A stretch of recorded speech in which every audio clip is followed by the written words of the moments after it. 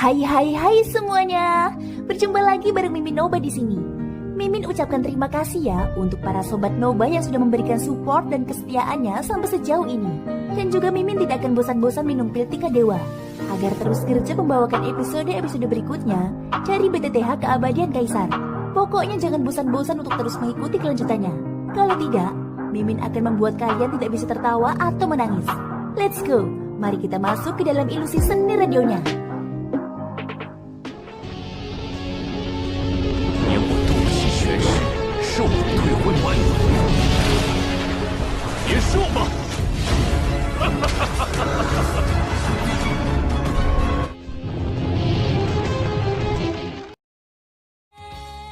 Melanjutkan dari cerita sebelumnya. Apakah Ratu tahu di mana diriku yang lain di alam Xuanyin ini? Tanya Xiaoyan.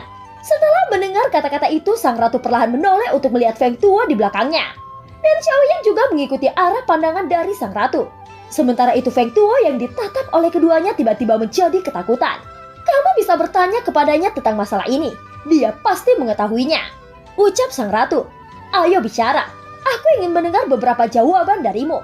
Jika kamu melakukan hal yang tiba-tiba dan tidak perlu, aku akan membunuhmu secara perlahan. Ucap Xiaoyan memandangi Feng Tuo. Ini, aku juga meminta sang ratu dan Xiaoyan untuk mengatakannya dengan jelas. Aku benar-benar tidak mengerti apa yang kalian ingin ketahui. Ucap Feng Tuo tersenyum kecut. Oh, dengan kata lain, bukankah kamu sudah menguping pembicaraan kami?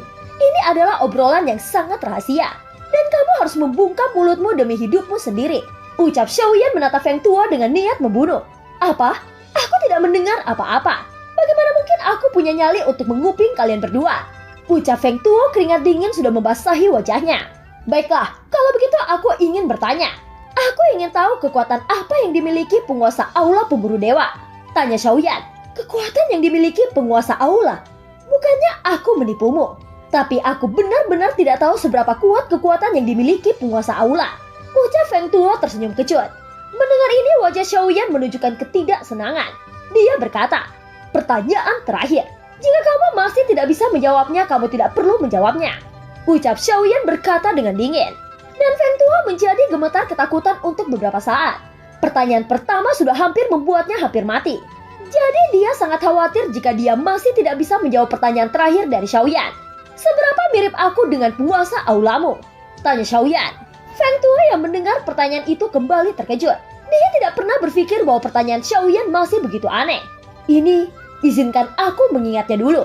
Ucap Feng Tuo meremas dagunya. Banyak pikiran melintas di dalam benaknya. Mungkinkah orang ini adalah putra haram dari penguasa Aula? Atau sebaliknya penguasa Aula adalah putra orang ini? Gumam dalam hati Feng Tuo. Semakin Feng Tuo memikirkannya, semakin liar pemikirannya tentang hubungan Xiaoyan dengan penguasa Aula. Feng Tuo tidak tahu maksud dari pertanyaan Xiaoyan. Dan dia tidak pernah dengan sengaja mengingat bagaimana penampilan penguasa Aula. Kemudian Feng Tuo segera mengobrak-ngabrik cincin penyimpanannya sendiri untuk mencari gambar sosok penguasa Aula. Seharusnya gambar itu masih ada di dalam cincin penyimpananku. Tolonglah, ucap Feng Tuo dengan panik. Namun setelah mencari untuk waktu yang lama, alis Xiaoyan semakin berkerut. Sepertinya tidak ada artinya tetap membiarkanmu hidup. Ucap Xiaoyan, aura kuat meletus dari tubuhnya. Tunggu dulu, aku menemukannya. Ucap Feng Tuo sudah dibasahi keringat dingin. Pada saat ini sebuah gulungan gambar muncul di telapak tangannya. Ada kecemerlangan di mata Feng Tuo, seolah-olah dia baru saja lolos dari kematian. Kemudian Feng Tuo perlahan membuka gulungan gambar itu. Setelah membuka gulungan gambar itu, dia mengangkat kepalanya untuk melihat Xiaoyan. Ada keterkejutan yang luar biasa di wajah Feng Tuo. Ini, mungkinkah tebakanku benar? Tapi siapa ayah dan siapa anak di antara mereka? Aku hanya bisa mengatakan bahwa mereka persis sama, kecuali gaya rambut dan pakaiannya. Tidak ada perbedaan lain antara penguasa Aula dan orang ini. Apa sebenarnya maksud dari ini semua? Ucap dalam hati Feng Tuo tampak bodoh. Tetapi dia cukup pintar untuk mengetahui bahwa dalam hal ini dia seharusnya mematuhi pertanyaan Xiaoyan. Dia dengan hati-hati menyerahkan gulungan gambar itu kepada Xiaoyan. Setelah Xiaoyan mengambil gulungan gambar itu, sang ratu juga melihatnya dengan rasa ingin tahu. Matanya yang indah menatap gambar pada gulungan itu, baru kemudian menatap Xiaoyan untuk beberapa kali. Ini sungguh luar biasa, kamu benar-benar mirip dengannya. Ucap terkejut sang ratu. Xiaoyan juga terkejut. Gambar pada gulungan yang dilihatnya sama persis dengan sosok yang ia lihat ketika memasuki dunia Xuanyin. Ini benar-benar dia, ucap Xiaoyan berkata dengan sungguh-sungguh.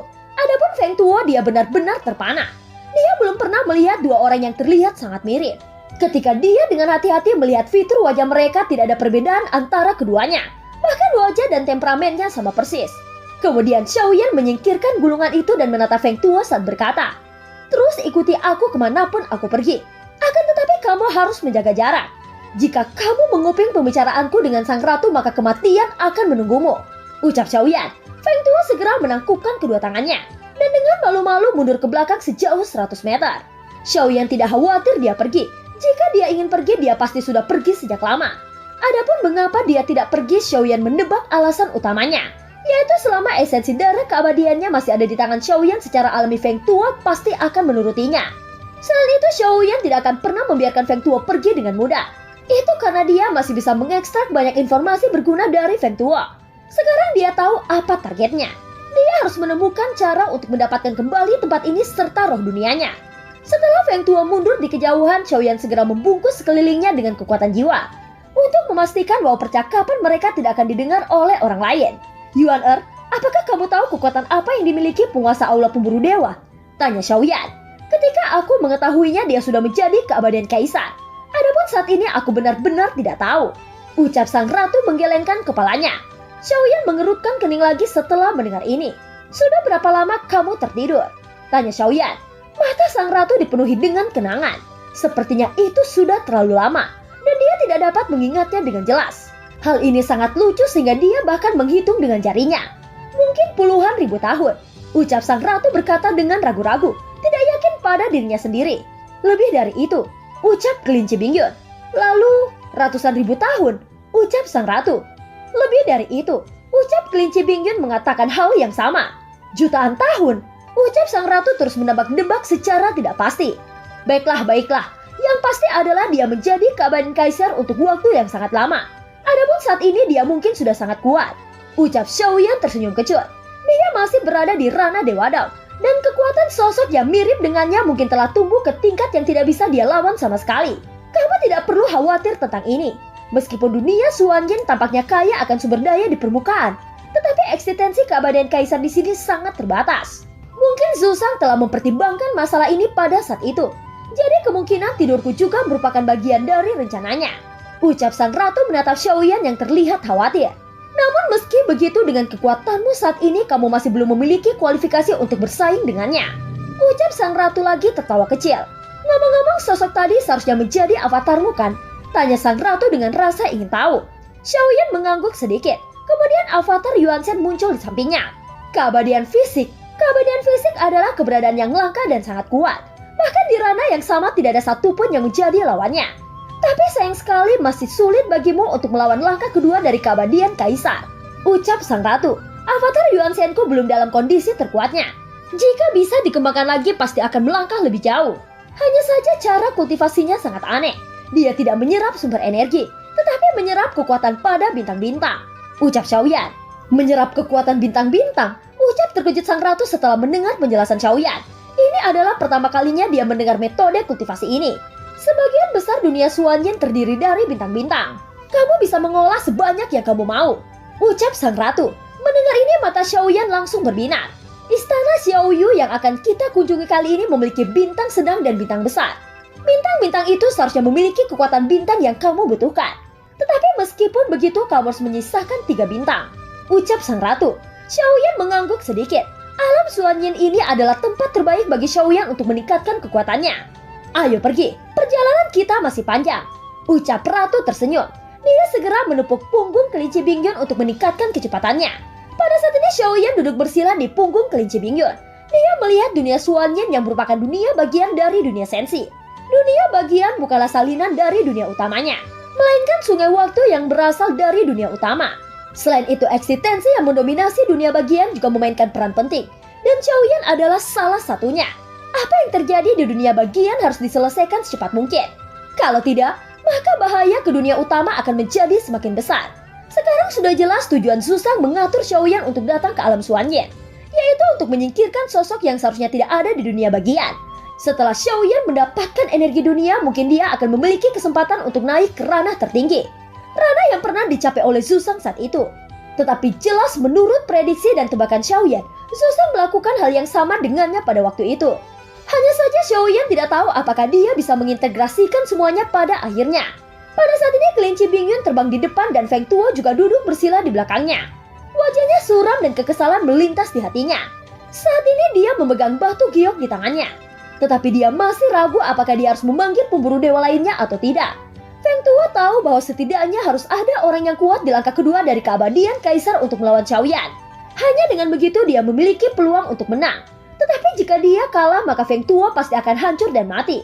Bahkan bisa jadi ketika Xiaoyan mengetahui tentang batu giok di tangannya, Feng Tuo juga pasti akan mati sebelum bala bantuan tiba.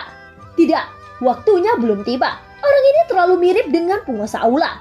Mungkin ada hubungan di antara mereka. Jadi aku tidak bisa gegabah.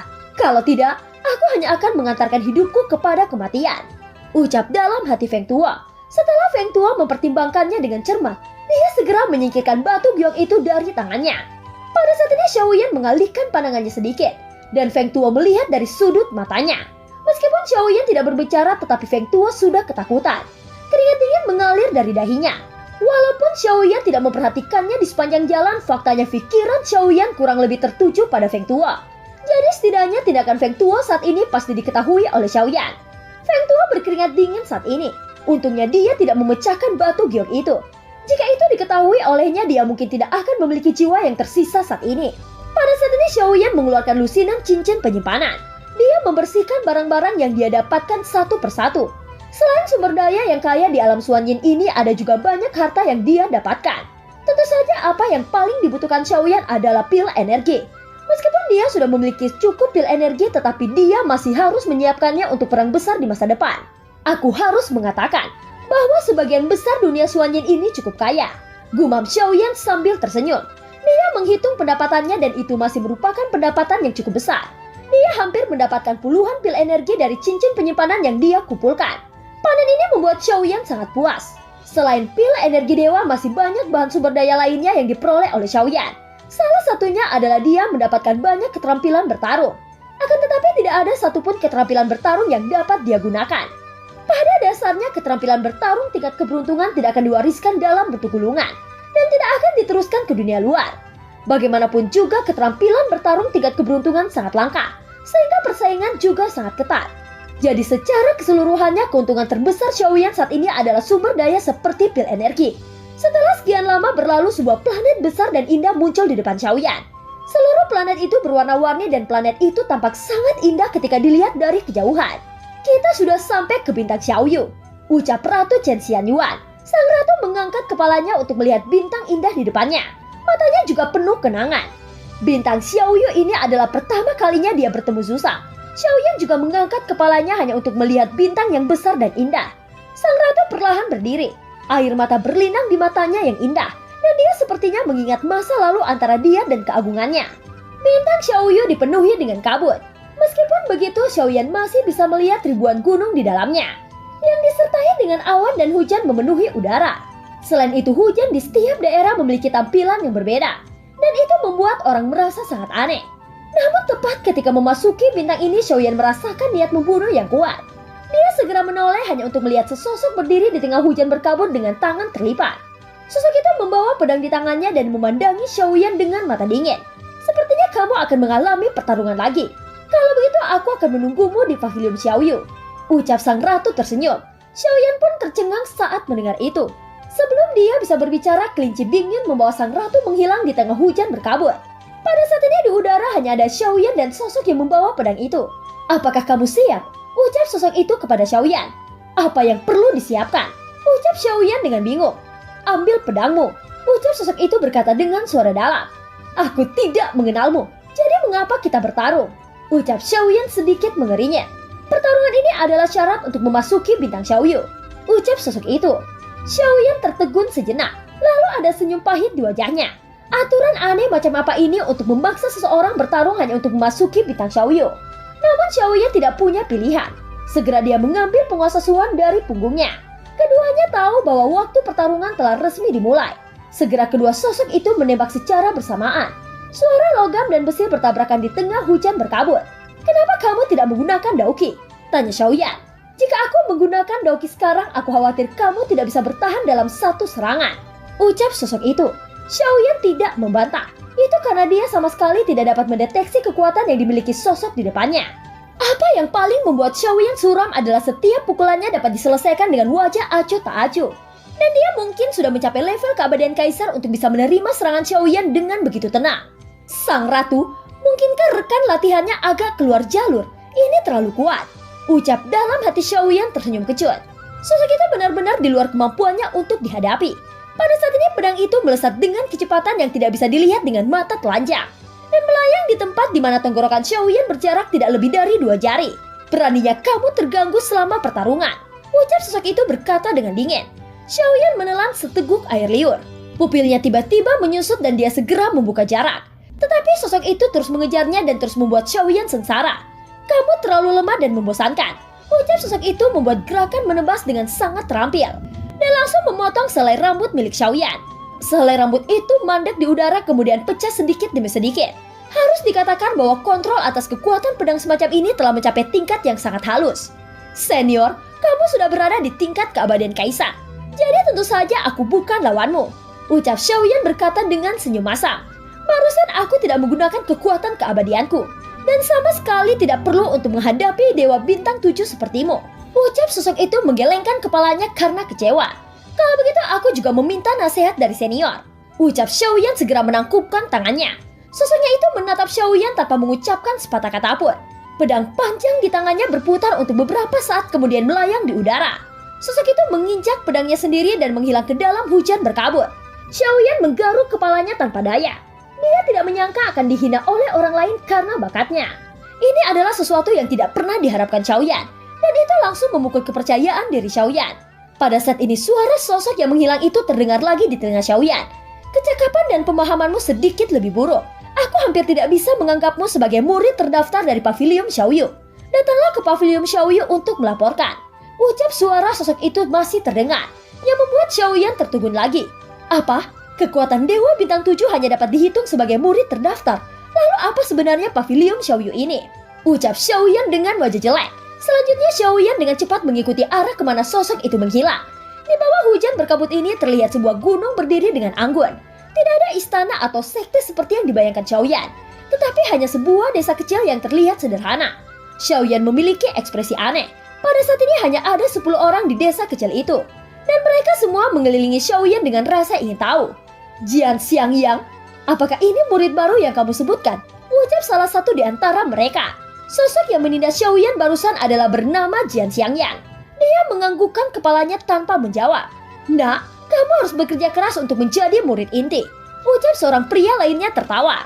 Xiaoyan melihat sekelilingnya dengan sangat bingung. Jika tebakanku benar, aku pasti bukan satu-satunya murid di Pavilion Xiaoyu kan? Tanya Xiaoyan. Pria ini sangat pintar. Jian Xiangyang, apakah kamu meremehkannya? Bagaimana mungkin dia tidak bisa dianggap sebagai murid inti dengan kecerdasan seperti itu? Ucap pria itu tertawa keras. Xiaoyan memiliki garis hitam di sekujur kepalanya. Ini adalah penghinaan massal. Pada saat ini di belakang kerumunan orang itu sosok sang ratu berjalan mendekat dengan langkah teratai. Kalau begitu biarkan Kong Meng yang melatihnya, ucap sang ratu kepada pria yang menghina Xiaoyan. Tidak masalah, sang ratu jangan khawatir tentang itu. Aku akan melatihnya dengan baik, ucap orang yang bernama Kong Meng segera menepuk dadanya yang tebal. Namun pelatihanku sangat ketat. Aku tidak tahu apakah dia bisa menanggungnya, ucap Kong Meng matanya berangsur-angsur dipenuhi dengan permusuhan. Kalau begitu aku akan berterima kasih pada senior Kong Meng. Kuharap senior tidak akan menyerah di tengah jalan, ucap Xiaoyan berkata sambil tersenyum. Kong Meng sedikit terkejut ketika mendengar kata-kata itu, dan kemudian tertawa terbahak-bahak. Sungguh pria yang sombong, aku sangat menyukainya, ucap Kong Meng. Karena itu masalahnya jangan buang waktumu lagi. Senior, ayo mulai pelatihannya, ucap Xiaoyan segera menjawab. Kong Meng memandang Xiaoyan, matanya menjadi semakin tertarik. Lalu dia perlahan-lahan mengepalkan kelima jarinya dan berkata dengan serius, sebelum itu biarkan aku menguji seberapa kuat fisikmu, ucap Kong Meng. Dan film pun berakhir. Terima kasih udah dengerin Noba sampai akhir ya. Sampai jumpa.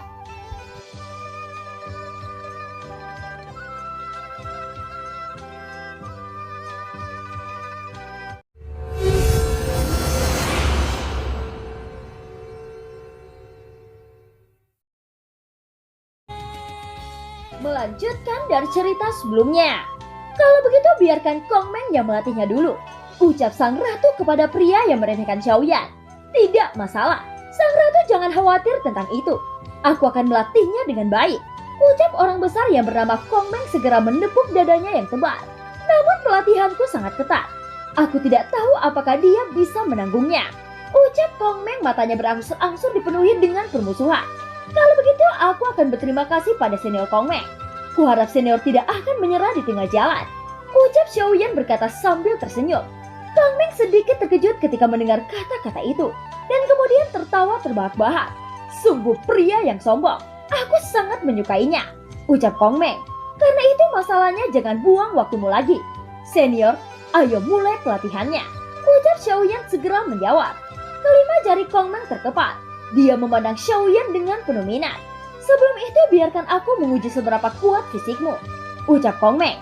Tepat ketika kata-kata itu jatuh, sosok Kong Meng melesat lurus ke arah Xiaoyan dan mengangkat tinjunya yang seperti gunung untuk membombardir Xiaoyan. Dalam sekejap pertarungan antara keduanya meletus, dan semua orang menatap mereka dengan penasaran. Permaisuri, siapa orang ini? Ucap seorang wanita genit sambil menatap Xiaoyan. Aku tidak bisa memberitahumu sekarang, tapi cepat atau lambat kamu akan mengetahuinya, ucap sang ratu segera menunjukkan senyum misterius.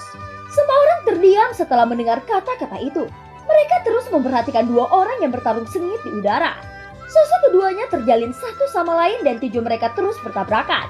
Dalam sekejap keduanya telah bertukar pukulan sebanyak ratusan kali.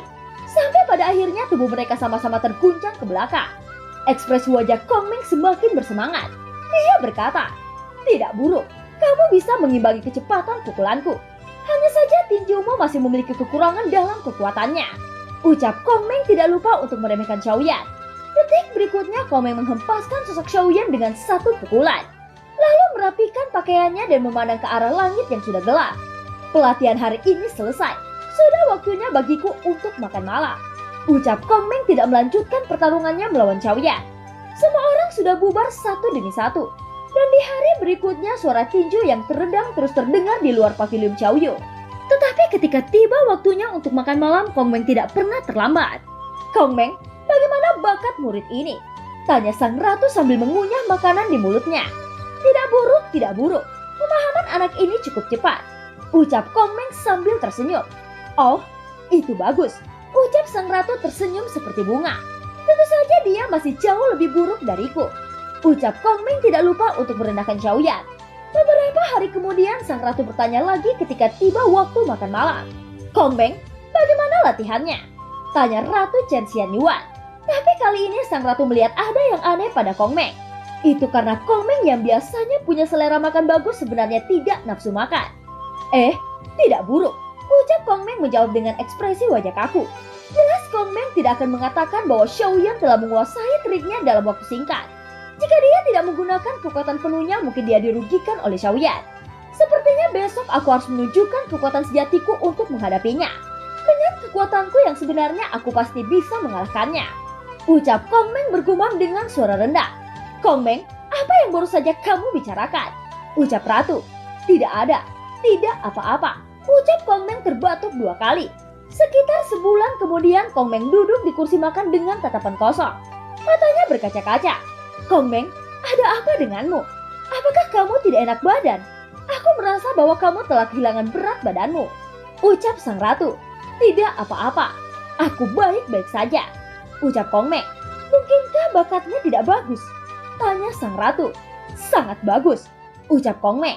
Setelah berbicara dia pergi dengan putus asa.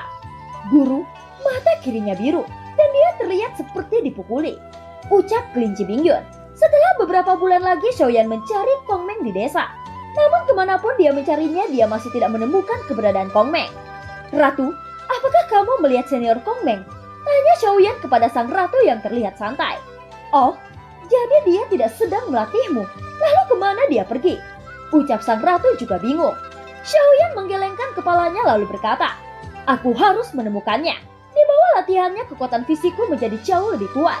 Hal ini tidak boleh disia-siakan, ucap Xiaoyan dengan mata bersemangat. Tidak lama kemudian terlihat seorang pelayan wanita bergegas menuju ratu membawa catatan di tangannya. Permaisuri, aku membawa berita dari Tuan Kong Meng, ucap pelayan itu. Apakah ada yang salah? Tanya sang ratu menoleh kepadanya. Tuan Kongmeng pergi dari desa, ucap pelayan itu. Mendengar ini sang ratu dan Xiaoyan sama-sama mengangkat alisnya. Biarkan aku melihatnya, ucap sang ratu perlahan membaca tulisan pada surat itu. Ratu, orang ini memiliki penyakit serius. Aku tidak mau melatihnya. Dia benar-benar melampauiku. Dia memukuliku lebih dari 100 pukulan. Dia menolak melepaskanku dan terus memukuliku tanpa istirahat. Aku akan gila jika terus melatihnya. Ratu, aku tidak akan kembali, ucap sang ratu membaca tulisan pada catatan itu. Senior Kongmeng terlalu sopan. Tidak, dia belum pergi. Aku merasa auranya masih ada di pavilion Xiaoyu, ucap Xiaoyan melepaskan kekuatan jiwanya. Sang ratu mengulurkan tangannya ingin menghentikan Xiaoyan. Namun sosok Xiaoyan sudah menghilang dari pandangannya. Detik berikutnya jeritan Kongmeng terdengar nyaring di tempat tersembunyi tertentu. Monster kecil, aku tidak punya apa-apa lagi untuk diajarkan padamu. Kenapa kamu tidak memukuli karung pasir saja? Jika ini terus berlanjut, hati dauku akan hancur berkeping-keping, teriak Kongmeng. Xiaoyan menarik Kongmeng keluar di udara dan sebuah mata tertuju karena penasaran. Senior Kongmeng bercanda. Junior ini belum belajar 1/10 darimu, dan pelatihannya belum bisa dianggap selesai. Senior tidak boleh menyerah di tengah jalan, ucap Xiaoyan. Kongmeng terus berteriak. Jeritan menyedihkan itu tidak ada habisnya. Dan ketika semua orang mendekat untuk menonton pemandangan, sontak ada keterkejutan di wajah mereka. Xiaoyan terus memukuli Kongmeng. Setiap pukulannya mendarat di tubuh Kongmeng. Hidungnya memar dan wajahnya bengkak. Senior, apakah kamu merasa kekuatan tinjuku masih kurang? Tanya Xiaoyan. Biarkan aku mengucapkan selamat tinggal, ucap Kongmeng. Kali ini dia benar-benar melarikan diri dengan wajah patah hati. Kongmeng ini benar-benar menyedihkan. Dia telah diintimidasi oleh muridnya sendiri, ucap seorang wanita genit yang mengenakan beberapa kain kasar tipis di tubuhnya. Bagian-bagian di dalamnya masih terlihat jelas. Yu-chan, selanjutnya adalah giliranmu, ucap sang ratu kepada wanita genit itu yang bernama Yu-chan. Ayo nak, selanjutnya kakak ini akan menemanimu berlatih, ucap wanita genit yang bernama Yu-chan. Dia memandang Xiaoyan ke atas dan ke bawah dengan mata provokatif. Yu-chan, perhatikan kontrolnya, ucap sang ratu dengan lembut mengelus kelinci Bingyon di lengannya. Sang ratu jangan khawatir, anak ini cukup kuat, aku akan merawatnya dengan baik, ucap Yu-chan. Dia memandang Xiaoyan dan ada niat jahat di mata itu. Adik laki-laki, mari kita beralih posisi. Latihan ini akan sedikit bergolak, ucap Yu-chan. Xiaoyan tersenyum kecut. Dia tidak tahu harus menjawab apa. Apakah kamu takut? Tenang, kakakmu tidak akan memerasmu sampai kering, ucap Yu-chan tersenyum nakal. Itu tidak benar. Aku khawatir kakak perempuan tidak akan mampu menahannya, ucap Xiaoyan tidak mau kalah. Sebagai seorang pria terkadang dibutuhkan untuk mengangkat kepalanya dengan tegak. Hahaha, nada yang arogan. Kakak ini sangat menyukainya. Ayolah, aku akan membawamu untuk memperbaiki fondasimu 2 kali, ucap Yu-chan perlahan mendekati Xiaoyan. Ratu juga terkikik seperti bel perak. Setelah selesai berbicara, Xiaoyan dibawa pergi oleh Yu-chan. Adapun metode kultivasi apa masih tidak ada yang tahu. Hanya saja tidak lama kemudian terdengar suara terengah-engah di ujung pavilion Xiaoyu. Jika layarnya diperbesar, mungkin seseorang bisa melihat pemandangan yang sangat indah. His, ini sangat nyaman, ucap suara Xiaoyan terdengar dari sana. Pakaian bagian atasnya telanjang, dan jari-jari Yu-chan berjalan di seluruh tubuhnya. Xiaoyan berbaring di plafon batu datar di samping air terjun. Ekspresi wajahnya penuh dengan kenikmatan. Sumber Daoki di meridian Xiaoyan melonjak. Itu terus meningkat dengan kecepatan yang tidak lambat. Saat ini Xiaoyan telah menembus ke tahap tengah dari Dewa Bintang 7. Dan kecepatan peningkatan ini sangat mengejutkan Xiaoyan. 37 juta. Pelatihan ini tidak hanya nyaman, tetapi sangat luar biasa, ucap Xiaoyan sangat senang di hatinya. Jangan khawatir, ini baru permulaan, ucap Yu-chan. Setelah berbicara, Yu-chan tiba-tiba duduk di tubuh Xiaoyan. Dia lebih agresif. Jari-jarinya genit ketika menyentuh perut Xiaoyan. Itu dilakukan untuk mengolah meridiannya. Meskipun gerakan ini di luar jalur, tetapi sungguh luar biasa untuk dapat menstabilkan fondasi sumber Daoki Xiaoyan. 38 juta, 39 juta, ucap Xiaoyan. Kegembiraan di wajahnya menjadi semakin intens. Metode kultivasi semacam ini terlalu nyaman. Xiaoyan tidak ingin berhenti. Namun setelah lama berlalu, Yu-chan sudah dibasahi oleh keringat. Dia kehabisan nafas dan tampak sangat kelelahan. Pada akhirnya Yuchan tertidur sambil berbaring di tubuh Xiaoyan. Melihat ini Xiaoyan tidak tahu apakah Yuchan hanya berpura-pura atau benar-benar lelah. Pakaiannya basah kuyup. Xiaoyan bisa merasakan sentuhan lembut di kulitnya. Ketika Xiaoyan menutup matanya, terkadang pikiran liar melintas di benaknya, yang membuat barang di bawah perutnya ikut bergejolak. Untuk jangka waktu yang tidak diketahui itu, Xiaoyan tidak mengganggu Yuchan yang sedang tidur. "Kamu bajingan kecil, kamu telah melelahkan kakakmu," ucap Yuchan perlahan membuka matanya. "Apakah kakak Yuchan sudah istirahat? Bisakah kita melanjutkan? Perasaan nyaman dan mampu meningkatkan kekuatan seperti ini terlalu luar biasa," ucap Xiaoyan menunjukkan kecemerlangan. "Aku khawatir kenyamanan yang kamu katakan bukan karena peningkatan, tetapi karena kecantikan dan kelembutan dari kakakmu ini. Aku harus mengatakan bahwa adik laki-laki ini sedikit berani," ucap Yuchan sangat genit. Di bawah pakaian yang basah kuyup itu, dia sepertinya tidak malu sama sekali. Xiaoyan tersenyum masak. Perasaan gesekan lembut dan halus itu membuatnya menggigil tanpa sadar. Di bawah air terjun hanya ada Xiaoyan dan Yuchan. Sementara itu di suatu tempat di dalam hutan, rupanya sosok ratu diam-diam menyaksikan pemandangan ini. Sudut mulutnya sedikit terangkat. Perasaan mengintip memang luar biasa. 43 juta, ucap Xiaoyan sangat gembira. Masih ada perbedaan 10 juta untuk menerobos ke tahap selanjutnya dari Dewa Bintang 7. Tapi dari kelihatannya latihan ini telah mencapai batasnya. Tentu saja bukan karena Xiaoyan telah mencapai batasnya, melainkan Yuchan yang telah mencapai batasnya. Kulitnya sedikit pucat dan dia tertidur lagi. Jelas orang-orang kuat ini diatur oleh sang ratu untuk Xiaoyan. Dan tujuannya sangat sederhana, yaitu untuk meningkatkan kekuatan Xiaoyan dengan segala cara. Xiaoyan menatap Yuchan yang tidur pulas di atas perutnya. Dia tidak tahu apa yang harus dilakukan. Pada saat yang sama ketika tubuh asli Xiaoyan berkultivasi, sosok avatar Yuanzhen juga melakukan hal yang sama. Setelah memasuki bintang Xiaoyu ini, avatar Yuanzhen pergi ke bagian terdalam bintang Xiaoyu. Bagian terdalam bawah tanah adalah lava panas yang mendidih dan suhunya mencapai ratusan juta derajat. Seolah-olah semuanya bisa meleleh di sini. Pada saat ini sosok avatar Yuanzhen duduk bersila di dalamnya dengan mata tertutup. Di bagian terdalam magma terdapat inti bintang yang bersinar dengan cahaya menyilaukan. Gumpalan energi menyembur keluar dari inti bintang dan terus diserap oleh avatar Yuanzhen. Ini juga pertama kalinya Xiaoyan merasakan kekuatan fisik dari avatar Yuanzhen bangkit kembali. Menilai dari kecepatan ini, sepertinya tidak akan lama sebelum avatarku menginjak langkah kedua dari keabadian Kaisar, ucap Xiaoyan dipenuhi sukacita. Kali ini tidak hanya tubuh aslinya yang mengalami peningkatan, tetapi avatarnya juga secara bertahap menjadi lebih kuat. Saat avatar Yuanzhen terus menyerap kekuatan bintang Xiaoyu, ada juga beberapa fenomena langit dan bumi muncul. Gunung berapi yang awalnya baik-baik saja mulai meletus. Itu artinya jika Xiaoyan terus menyerap semua kekuatan dari inti bintang, maka cepat atau lambat bintang Xiaoyu akan benar-benar hancur. Oleh karena itu Xiaoyan hanya bisa mengambilnya sampai batas tertentu. Sementara Yuanzhen terus berlatih, tiba-tiba saja terdengar suara siulan keras dari langit di atas bintang Xiaoyu. "Kakak Yuchan, apakah kamu masih tidak bangun? Sepertinya musuh akan datang," ucap Xiaoyan menepuk Yuchan yang sedang tidur berbaring di bagian pribadinya. Namun Yuchan tampaknya tidur nyenyak. Dia tidak bisa bangun untuk sementara waktu. "Karena ini masalahnya, aku hanya bisa membawamu," ucap Xiaoyan tidak punya pilihan selain menggendongnya menuju pavilion Xiaoyu. Tepat ketika Xiaoyan tiba di pavilion Xiaoyu, dia terkejut lagi. Itu karena semua orang di pavilion Xiaoyu sudah kosong. Tak satupun orang yang tersisa di sini. "Ini, kemana sebenarnya mereka pergi?" ucap Xiaoyan mengerutkan keningnya. Semua orang menghilang termasuk sang ratu, dan Xiaoyan tidak tahu kemana mereka pergi. Sementara Xiaoyan masih berpikir, tiba-tiba saja bola api besar jatuh dari langit menabrak pavilion Xiaoyu, menghancurkannya menjadi berkeping-keping dalam sekejap. Hanya menyisakan Xiaoyan yang masih bingung di dalam gelombang api. "Katakan, di mana Ratu Chen Xianyuan?" ucap sebuah suara teriakan di langit. Xiaoyan mengangkat kepalanya hanya untuk melihat ratusan sosok berdiri di atas binatang terbang. Orang-orang dari Aula Pemburu Dewa. Jadi inilah alasan mengapa semua orang termasuk ratu meninggalkan pavilion Xiaoyu. Meskipun demikian, mengapa mereka tidak memberitahuku terlebih dahulu?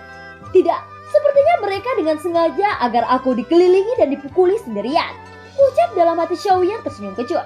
Pada saat ini di bintang Xiaoyu hanya ada dia dan Yuchan yang tersisa. "Saudari Yuchan, sebaiknya kamu bangun. Jika kamu tidak bangun, aku tidak punya pilihan selain meninggalkanmu melarikan diri," ucap Xiaoyan menatap Yuchan yang masih tertidur nyenyak. Tidak tahu apakah harus tertawa atau menangis. Jelas Yu-chan tidak berpura-pura tidur. Dia terlalu lelah untuk membantu Xiaoyan meningkatkan kekuatannya. Xiaoyan benar-benar tidak berdaya. Dalam situasi ini sudah terlambat baginya untuk melarikan diri. Saat ini orang-orang dari aula pemburu dewa ada di langit. Dan Xiaoyan hanya bisa melawan mereka sendirian. Xiaoyan menoleh ke langit lagi. Dia berkata, "Apa yang kamu bicarakan?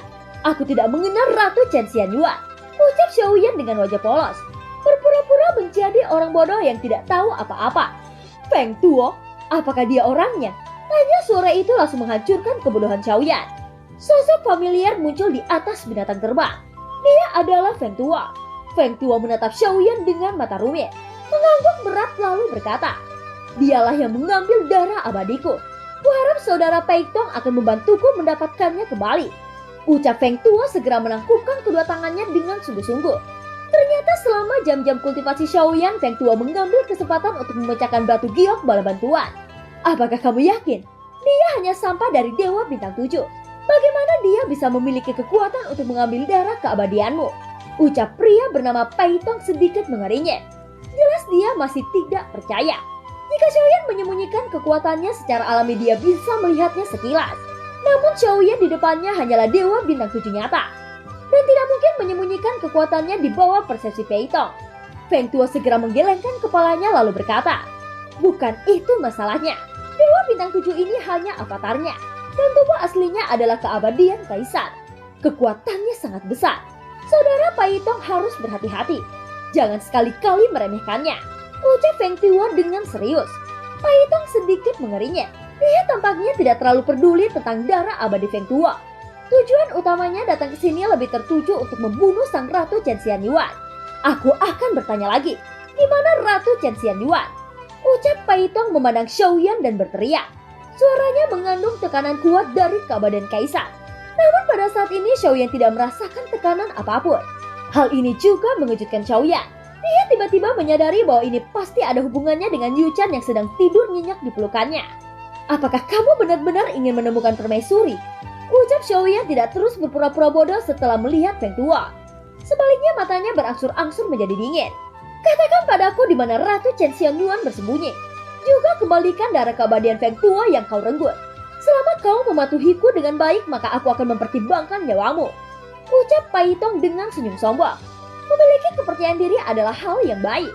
Tetapi kamu tidak hanya terlalu percaya diri, juga sangat sombong. Ini hanya akan membuatmu mati lebih cepat, ucap Xiaoyan. Setelah berbicara, dia meletakkan Yu-chan di atas batu datar. Kemudian memusatkan perhatiannya kepada Pei Tong. Xiaoyan tidak perlu mengkhawatirkan keselamatan Yu-chan. Dia tahu tidak mudah bagi siapapun untuk membunuh gadis yang sepertinya tidur nyenyak ini. "Beraninya kau mengatakan omong kosong di hadapanku," ucap Pei Tong tertawa marah. "Mengapa aku tidak berani?" ucap Xiaoyan tersenyum sedikit. Setelah itu terdengar ledakan di bawah tanah. Kemudian sesosok tubuh muncul keluar dengan keras dan mengayunkan tinjunya ke arah Pei Tong. Adegan ini juga membuat Pei Tong sedikit lengah sesaat. Dia buru-buru mengangkat tangannya untuk membangkitkan kekuatan keabadian. Dan perisai cahaya muncul di depannya. Detik berikutnya suara teredam menyebar. Tinju itu hanya mandek sesaat pada perisai cahaya sebelum dihancurkan berkeping-keping. Pukulan yang dipenuhi kekuatan perusak itu langsung menerobos masuk ke arah Pei Tong. Mata Pei Tong sedikit menyusut. Dia menginjak binatang terbang membuat binatang terbang yang tidak bersalah menahan pukulan. Dengan keras tinju itu langsung meledakkan binatang terbang menjadi hujan darah. Potongan daging yang tak terhitung jumlahnya tersebar ke segala arah. Melihat ini Xiaoyan merasa lebih tidak senang. Binatang terbang ini tampaknya tidak memiliki banyak kecerdasan. Namun Pei Tong sengaja menggunakannya untuk memblokir serangan tersebut, yang semakin membuat Xiaoyan merasa jijik. "Hahaha, sebagai keabadian Kaisar, apakah kamu punya wajah untuk menyerang secara diam-diam? Sepertinya apa yang dikatakan Feng Tuo memang benar. Ada keabadian Kaisar dengan tubuh fisik yang kuat. Dengan begitu tidak sia-sia bagiku menyiapkan hadiah besar yang aku khususkan untukmu," ucap Pei Tong memandang sosok di depannya. Sosok di depannya tidak lain adalah avatar Yuan Shen yang baru saja keluar dari kedalaman bintang Xiaoyu. "Semuanya, atur formasi," teriak Pei Tong segera mengerang. Setelah suaranya jatuh, ratusan sosok dari binatang terbang bergegas keluar, menghalangi semua rute Xiaoyan dari atas ke bawah dan dari kiri ke kanan. "Segel alam surga Dewa Iblis, aktif!" teriak Pei Tong. Sebuah manik sihir hitam transparan muncul di tangan Pei Tong. Dan manik sihir itu berkembang dengan cepat, menutupi area sekitarnya sejauh ribuan mil. Seolah-olah untuk memastikan bahwa Xiaoyan tidak memiliki kesempatan untuk melarikan diri. Rantai membatasi kekuatan. Aktif, teriak Pei Tong lagi. Semua sosok yang berdiri di udara juga membentuk segel tangan. Segera setelah itu rantai besi hitam meraung ke arah avatar Yuan Shen. Tetapi pada saat berikutnya Xiaoyan menemukan bahwa rantai besi hitam ini tidak besar. Itu hanya bayangan. Meskipun Xiaoyan mengelak dengan cepat, tetapi rantai besi hitam masih terendam ke dalam tubuhnya. Sial, ucap Xiaoyan diam-diam mengutuk di dalam hatinya. Jelas setelah Feng Tuo melaporkan masalah ini, bala bantuan yang datang pasti membawa persiapan besar. Dan secara khusus menyiapkan metode untuk membatasi tubuh fisik yang kuat. Ketika rantai besi ilusi hitam menyebar ke seluruh tubuh avatarnya, Xiaoyan dapat dengan jelas merasakan bahwa energi darah di tubuhnya dibatasi. Tentu saja rantai besi hitam ini tidak dapat mengunci avatar Yuan Shen untuk waktu yang lama. Dan waktu mereka bisa bertahan sangat terbatas. Namun meski begitu, metode ini cukup memberikan tekanan mutlak pada Yuan Shen. Setelah melakukan ini, Pei Tong menunjukkan senyum puas. Dia berkata, "Kenapa kamu tidak menjadi gila lagi?" Ucap Pei Tong mencibir. "Kuharap kesombonganmu bisa bertahan lama," ucap avatar Yuan Shen. Sudut mulutnya sedikit terangkat. Ekspresi serius di wajahnya menghilang dan digantikan oleh senyum tipis. "Aku hanya penasaran, bisakah kamu menjebakku lebih dari setengah batang dupa dengan trik kecil ini?" Ucap avatar Yuan Shen dengan santai. "Setidaknya itu sudah cukup untuk membunuhmu," ucap Pei Tong. Setelah berbicara, dia tidak berniat membuang waktunya lagi. Dia tahu bahwa avatar Yuan Shen hanya ingin mengulur waktu. Segera sosok Pei Tong menyiapkan serangan mematikan untuk menyelesaikan avatar Yuan Shen. Dia masih mengira bahwa tubuh asli Xiaoyan adalah Yuan Shen. Dan Dewa Bintang 7 Xiaoyan hanyalah avatarnya. Lagi pula secara logika yang terkuatlah yang menjadi tubuh aslinya. Tapi jelas tebakannya salah. Bahkan Feng Tuo yang pernah bertarung melawan Xiaoyan masih tidak menyadari bahwa diri Xiaoyan yang asli adalah Dewa Bintang 7. Yang tampak tidak mencolok itu. Jadi untuk sesaat semua mata ganas terfokus pada avatar Yuan Shen. "Pernahkah kamu memikirkan suatu masalah? Maksudku, jika kamu tidak menyingkirkanku dalam waktu setengah batang dupa, apakah kamu sudah mempertimbangkan konsekuensinya?" Ucap avatar Yuan Shen. "Aku tidak tahu dari mana kamu mendapatkan kepercayaan diri untuk berbicara seperti itu. Kamu sekarang tidak lebih dari seekor domba yang siap disembelih. Karena itu tutup mulutmu dan pergi ke neraka." Ucap Pei Tong sumber doki keabadian melonjak dari tubuhnya. Kekuatannya sebanding dengan Feng Tuo dan dia juga merupakan langkah pertama dari keabadian Kaisar. Mata Pei Tong tajam. Tangannya terangkat dan dia menampar secara horizontal di udara. Tamparan itu berubah menjadi telapak tangan besar yang siap mengoyak avatar Yuan Shen sampai mati. Menghadapi serangan Pei Tong yang sengit itu, avatar Yuan Shen tetap tidak bergerak. Dan tamparan Pei Tong di matanya terus membesar. "Tubuh fisikmu memang kuat. Tetapi saat ini kamu sudah terkena rantai pembatas kekuatan. Yang berarti bahwa kita semua di sini telah membatasi kekuatanmu sampai batas tertentu. Jadi janganlah bermimpi untuk bisa menolak seranganku." Ucap Pei Tong tersenyum jahat. Seolah-olah merasa bahwa Xiaoyan akan mati setelah ini. Baginya tidak peduli seberapa kuat tubuh fisik Yuan Shen, saat ini dia dibatasi oleh rantai membatasi kekuatan. Dan bahkan memasang segel pembatas di sekelilingnya. Setidaknya sampai batas waktu tertentu tidak ada eksistensi yang bisa menyelamatkan Xiaoyan. Dan juga sangat mustahil bagi Xiaoyan untuk bisa melarikan diri dari segel alam surga Dewa Iblis. Apa yang dilakukan Pei Tong sekarang adalah menangkap kura-kura di dalam guci. Dan Pei Tong merasa bahwa dia memiliki keunggulan absolut saat ini. Telapak tangan besar meraung ke arah avatar Yuan Shen. Dan kekuatan yang kuat menyebabkan angin di sekitarnya meleleh. Namun sebelum telapak tangan besar itu tiba, ruang di sekitar avatar Yuan Shen juga terdistorsi. Semua orang di udara juga menyadari keanehan ini. Tentu saja dalam hal kegugupan itu, ekspresi wajah Feng Tuo merupakan yang paling serius. Lagi pula kemenangan atau kekalahan Pei Tong berhubungan langsung dengan hidup dan matinya. Pada saat ini suara teredam akhirnya bergema. Dan angin di sekitarnya bertiup kencang. Menurut pemikiran Pei Tong, rantai pembatas kekuasaan telah membatasi setengah dari kekuatan Yuan Shen. Oleh karena itu, dia memiliki kepercayaan diri mutlak untuk membunuh avatar Yuan Shen. Tentu saja semua orang juga berpikir demikian. Tetapi pada saat ini, avatar Yuan Shen mengulurkan telapak tangannya menangkap telapak tangan energi Pei Tong. Telapak tangan energi membombardir avatar Yuan Shen dengan gila-gilaan. Tetapi tidak peduli seberapa dahsyatnya getaran itu, sosok avatar Yuan Shen masih berdiri di tempatnya. Tubuhnya masih lurus dan tidak mundur bahkan 1 inci pun. Wajahnya datar, tidak ada bekas luka apapun di tubuhnya. Seolah-olah serangan Peitong barusan seperti batu yang jatuh ke air tanpa meninggalkan jejak. Peitong yang berdiri di atas binatang terbang tidak bisa untuk tidak gemetar hebat. Matanya menyusut dan keringat dingin sudah membasahi dahinya. Bagaimana ini mungkin? Ucap terkejut Peitong. Harus dikatakan bahwa pukulan tadi merupakan kekuatan penuh dari Peitong. Namun serangan yang mengandung penghancur mutlak sebenarnya tidak menimbulkan kerusakan apapun pada Yuan Shen. Ekspresi avatar Yuan Shen tidak berfluktuasi sama sekali. Matanya tetap tertuju pada tubuh Peitong di udara. Jangan menahan kekuatanmu, atau kamu benar-benar tidak akan mempunyai kesempatan lagi.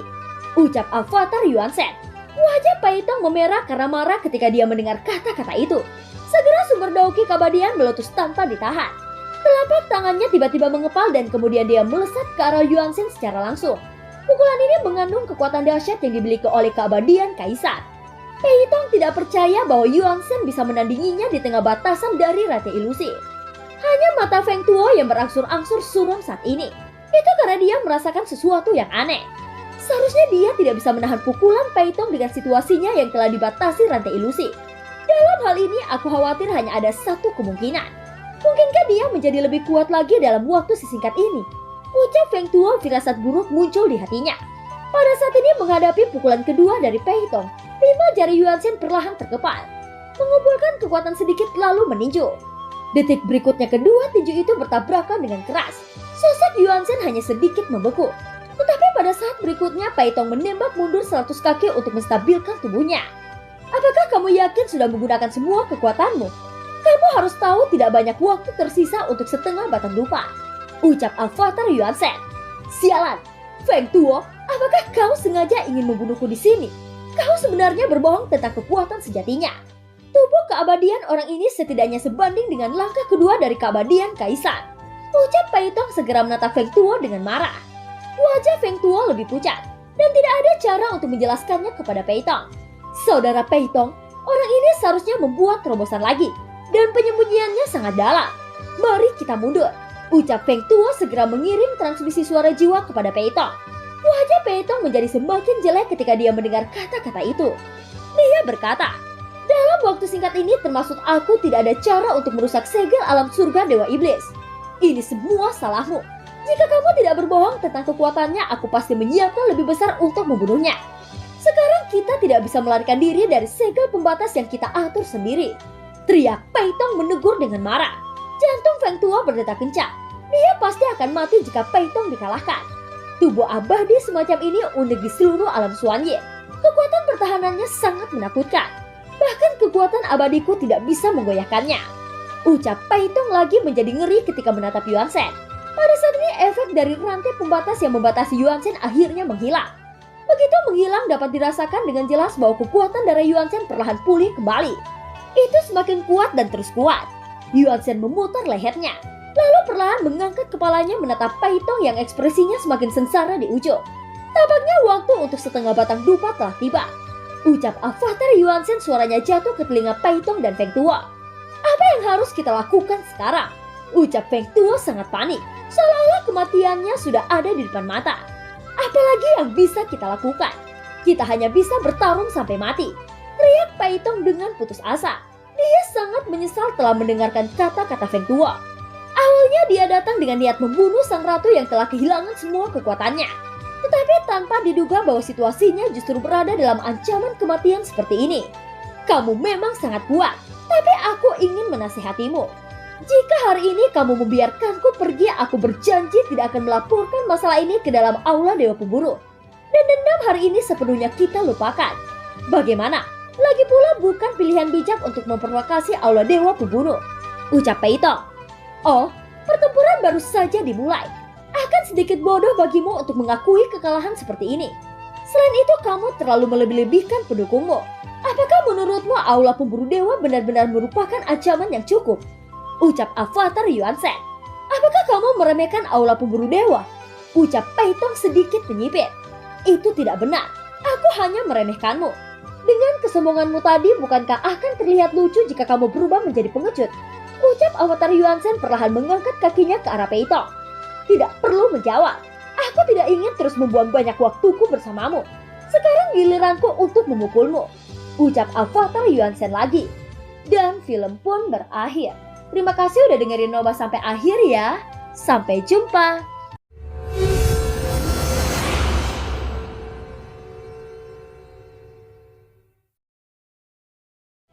Melanjutkan dari cerita sebelumnya. Apakah kamu meremehkan Aula Pemburu Dewa? Ucap Peitong sedikit menyipit. Itu tidak benar. Aku hanya meremehkanmu. Dengan kesombonganmu tadi, bukankah akan terlihat lucu jika kamu berubah menjadi pengecut? Ucap Avatar Yuansen perlahan mengangkat kakinya ke arah Peitong. Tidak perlu menjawab. Aku tidak ingin terus membuang waktuku bersamamu. Sekarang giliranku untuk memukulmu.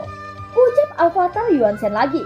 Begitu kata-katanya jatuh, sosoknya melesat secara eksplosif yang membuat wajah Peitong semakin pucat. Semuanya, cepat pinjamkan aku sumber daukimu, atau kita akan mati di sini. Teriak Peitong. Semua orang tidak berani menolak. Segera mereka meluncurkan sumber dauki mereka dan bergegas di bawah kaki Peitong. Namun kekuatan mereka hanyalah Dewa Dao yang terkuat berada di tingkat bintang 9. Jadi Peitong hanya bisa memperoleh tingkat peningkatan tertentu dan tidak berarti peningkatan yang luar biasa. Tapi sekarang dia tidak punya pilihan selain menggunakan semua upaya yang dia bisa. Termasuk Feng Tuo juga tidak ragu-ragu meminjamkan semua sisa kekuatannya kepada Peitong. Jari darah Raja Batian. Teriak Peitong. Sumber dauki keabadian menyembur keluar kemudian terkondensasi menjadi jari besar berwarna darah di udara. Kemudian jari darah besar menyodok ke arah Yuansen yang menjarah. Yuansen tidak berniat menghentikan sosoknya. Dia terus maju dengan kecepatan tercepat. Detik berikutnya tinju Yuansen dan jari besar berwarna darah bertabrakan dengan keras. Suara ledakan yang memekakkan telinga menyebar. Di tengah suara ledakan itu jari padat berwarna darah langsung hancur berkeping-keping. Yang sama sekali tidak bisa menghentikan sosok Avatar Yuansen. Telapak tangan Raja Darah Batian. Teriak Peitong. Telapak tangan raksasa berwarna darah mengembut. Namun keterampilan bertarung Peitong yang tampaknya sengit ini sangat rentan terhadap kekuatan fisik absolut. Ledakan kedua terdengar dan metode Peitong terus dihancurkan. Sementara Avatar Yuansen terjerat pertarungan sengit melawan Peitong, sosok Feng Tuo menghilang di beberapa titik. Ketika dia muncul lagi, dia sudah berada di belakang tubuh asli Xiaoyan. Karena aku tidak bisa membunuh tubuh aslimu, maka aku akan menghancurkan triwanmu. Ucap Feng Tuo muncul di belakang Xiaoyan. Matanya penuh kebencian dan dia sudah dalam keadaan putus asa saat ini. Setidaknya dia harus menimbulkan kerusakan pada Xiaoyan sebelum dia mati. Telapak tangannya terulur ke depan dan berubah menjadi cakar tajam meraih punggung Xiaoyan. Namun di bawah persepsi spiritual Xiaoyan, bagaimana mungkin dia tidak menyadari munculnya Feng Tuo. Tepat ketika cakar tajam akan memecahkan kepala Xiaoyan, tiba-tiba saja dia menoleh dengan keras. Yao Beng, teriak Xiaoyan. Cahaya yang sangat menyilaukan meletus dari mata Xiaoyan, dan Feng Tuo langsung kosong sesaat. Dia pernah mengalami trik Xiaoyan sebelumnya, tetapi dia tidak tahu bagaimana menghindarinya. Dia juga masih berpikir bahwa Dewa Bintang 7 adalah Triwan Xiaoyan, dan Avatar Yuansen adalah tubuh aslinya. Namun dia tidak tahu bahwa dia benar-benar membuat penilaian yang salah. Ketika Feng Tuo pulih dari Yao Beng, dia hanya merasakan semacam perasaan terbakar di tubuhnya. Seteguk darah segar menyembur keluar dan matanya menjadi merah. Ketika dia melihat ke bawah, dia mendapati bahwa lubang berdarah muncul di dadanya. Detak jantungnya hilang lagi. Dia bukan lagi keabadian kaisar. Dan kecepatan pemulihannya juga turun tajam. Tanpa jantung maka dia benar-benar tidak memiliki kemampuan untuk bertarung. Adapun kemana jantungnya menghilang itu berada di tangan sosok yang tidak jauh di depannya. Sosok itu adalah Xiaoyan, memegang jantung berwarna merah Feng Tuo. Aku menahan diri sebelumnya, tapi kamu benar-benar berani menguji kesabaranku. Ucap Xiaoyan. Jangan terlalu bangga. Bahkan jika aku mati, aku akan mengambil tiruan Dewa Bintang 7mu ini. Ucap Feng Tuo, mulutnya sudah dipenuhi darah. Tiruanku? Sosok yang sedang melawan rekanmu lah tiruanku. Ucap Xiaoyan. Mendengar ini Feng Tuo langsung terguncang. Jelas dia sangat tidak percaya oleh pengakuan Xiaoyan. Berhentilah mengatakan omong kosong. Bagaimana mungkin Avatar lebih kuat dari tubuh asli? Kamu tidak perlu berbohong padaku. Meskipun aku kalah darimu bukan berarti aku bodoh. Ucap Feng Tuo merasa seolah-olah Koking Singa telah dihina. Dia tidak pernah mendengar bahwa Avatar lebih kuat dari tubuh asli. Umumnya untuk bisa merebut Avatar membutuhkan kekuatan yang lebih untuk bisa mengambilnya. Dan tidak masuk akal bagi tubuh asli bisa mengambil Avatar yang lebih kuat dari dirinya sendiri. Xiaoyan lalu berkata, aku tidak punya alasan untuk membohongi orang yang akan mati. Terserah kamu percaya atau tidak, ucap Xiaoyan tersenyum. Setelah berbicara, dia mulai meremas jantung Feng Tuo dengan 5 jarinya. Feng Tuo tiba-tiba tertawa terbahak-bahak. Sumber Daoqi di tubuhnya menjadi tak terkendali. Dia tahu metode Xiaoyan. Oleh karena itu dia tidak meminta belas kasihan lagi. Dia langsung memilih untuk meledakkan dirinya sendiri. Butuh keberanian besar untuk meledakkan dirinya. Kecuali dia menyimpulkan bahwa dia tidak punya jalan keluar. Tentu saja Feng Tuo tidak langsung memilih untuk meledakkan dirinya, namun menggunakan cara ini untuk mengancam Xiaoyan. Jika kamu ingin meledakkan diri, maka lakukanlah. Ada beberapa hal yang kamu pilih dan kamu harus membayar harga yang sesuai. Ucap Xiaoyan tidak menghentikannya. Sebaliknya dia menatap Feng Tuo dengan datar. Feng Tuo mengatupkan giginya. Dia menunggu keajaiban, yaitu keajaiban bahwa Pei Tong bisa mengalahkan Avatar Yuan Shen. Meskipun harapan itu tipis, tetapi hanya itu satu-satunya harapannya. Jika Pei Tong dapat mengalahkan Avatar Yuan Shen, maka menghadapi Xiaoyan tidaklah sulit. Feng Tuo melihat ke kejauhan. Dia sepertinya berpikir bahwa Xiaoyan tidak akan berani mendekatinya dengan kondisinya saat ini. Lagi pula kekuatan peledakan diri dari Dewa Bintang 9 juga luar biasa. Semakin dekat jaraknya semakin kuat mematikannya. Namun Xiaoyan jelas tidak tertarik dengan hidupnya. Matanya menjadi dingin dan dia langsung menghancurkan jantung Feng Tuo di tangannya. Terdengar suara teredam, kemudian seluruh aura Feng Tuo semakin melemah. Ini sudah menjadi 2 kalinya Xiaoyan mengambil jantungnya. Pertama adalah jantung emas keabadian dan sekarang jantung merah Dewa Dao. Pada saat ini terdengar suara teredam dan sesosok terlempar ke belakang dengan dada cekung. Beraninya kau membunuhku? Aula pemburu dewa pasti akan mencabik-cabikmu. Teriak suara keras dari sosok ini. Dan sosok dengan dada cekung ini tidak lain adalah Pei Tong. Pada saat ini Pei Tong sudah menggunakan semua metodenya. Tapi semua itu tampak rentan di bawah kekuatan fisik Avatar Yuan Shen. Simpan ancamanmu itu ke dalam perutmu. Itu sama sekali tidak berguna di hadapanku. Ucap Avatar Yuan Shen. Tangan kirinya mengangkat rambut Pei Tong. Kemudian tangan kanannya langsung menembus dadanya. Dengan pelajaran Feng Tuo sebelumnya, secara alami Xiaoyan tahu bahwa kekuatan keabadian terletak di jantung. Selama jantung diambil, maka kekuatan keabadian akan hilang. Begitu kekuatannya jatuh, dia tidak lagi menjadi ancaman. Dan dia akan menjadi seorang Dewa Bintang 9 seperti Feng Tuo. Keabadian Kaisar memiliki kekuatan penghancur mutlak untuk Dewa Dao. Namun keberadaan keabadian fisik seperti Yuan Shen hampir tidak ada di seluruh dunia. Yuan Shen tidak perlu menggunakan sumber Daoqi dalam pertarungannya. Dan tidak khawatir akan melemah karena pertarungan jangka panjang. Oleh karena itu di bawah level yang sama tidak ada cara untuk mengalahkan Avatar Yuan Shen. Ini juga alasan mengapa Yuan Shen begitu mendominasi di dunia tanpa batas. Tentu saja untuk mencapai tubuh keabadian fisik tidak dapat dicapai hanya dengan berlatih keras. Itu sudah menjadi garis darahnya sendiri. Juga alasan lainnya adalah tidak dapat dipisahkan dari metode kultivasinya. Yuan Shen sepenuhnya meninggalkan penggunaan sumber Daoqi sebagai kultivasi dan membuka jalan unik dalam kultivasinya, yaitu menggunakan kekuatan bintang sebagai dasar kultivasi yang terus-menerus memoles kekuatan tubuh fisiknya. Alasan mengapa orang-orang ini ceroboh adalah karena mereka hampir tidak pernah melihat kekuatan Yuan Shen. Harus dikatakan bahwa kekuatan fisik Avatar Yuan Shen yang direbut Xiaoyan jauh dari mencapai puncaknya. Masih ada ruang yang sangat besar untuk terus meningkatkan kekuatannya. Sudah berakhir, ucap Feng Tuo menatap kekalahan Pei Tong dengan putus asa. Seperti sebelumnya bahwa dia benar-benar berada dalam situasi tak berdaya. Dia melihat lengan Avatar Yuan Shen menjulur keluar dari dada Pei Tong, membawa jantung keabadian berwarna emas di tangannya. Tidak, kembalikan jantungku, teriak Pei Tong menjerit melengking. Xiaoyan tidak berbicara omong kosong. Dia langsung meremas kelima jarinya dengan keras dan menghancurkan jantung emas yang sangat kuat. Pei Tong memuntahkan seteguk darah besar. Ini bukan karena lukanya, tapi disebabkan oleh amarahnya. Di tengah teriakan Pei Tong, sosok Avatar Yuan Shen mengayunkan tingginya lagi. Satu pukulan ini langsung meledakkan kepalanya. Xiaoyan tidak berhenti di situ. Nyala api abadi melonjak keluar kemudian membinasakan Pei Tong menjadi abu terbang. Jelas Xiaoyan tidak ingin meninggalkan ancaman seperti ini lagi. Belum lagi kekuatan aula pemburu dewa masih belum diketahui. Tapi yang pasti sudah memberi kesan permusuhan terhadap Xiaoyan. Tidak tahu mengapa Xiaoyan selalu merasa bahwa gaya perilaku istana aula pemburu dewa sangat mirip dengan istana surga manusia. Oleh karena itu Xiaoyan tidak perlu menunjukkan belas kasihan ketika berhadapan dengan mereka. Setelah Pei Tong dibinasakan, tentu saja Xiaoyan tidak melepaskan cincin penyimpanannya. Lagi pula dia juga keabadian Kaisar. Harta rampasan dari cincin penyimpanannya seharusnya cukup kaya. Setelah Pai Tong binasa, Xiaoyan perlahan menoleh untuk melihat Feng Tuo yang berwajah pucat. Tanpa sepatah kata pun dia langsung membunuhnya juga dengan cara tragis. Masalah ini disebabkan oleh Feng Tuo sendiri. Xiaoyan awalnya ingin memberinya kesempatan hidup, tapi dia memilih mencari kematiannya sendiri. Setelah Feng Tuo mengungkapkan informasi terperincinya, dia mengatur tindakan untuk membunuh Xiaoyan.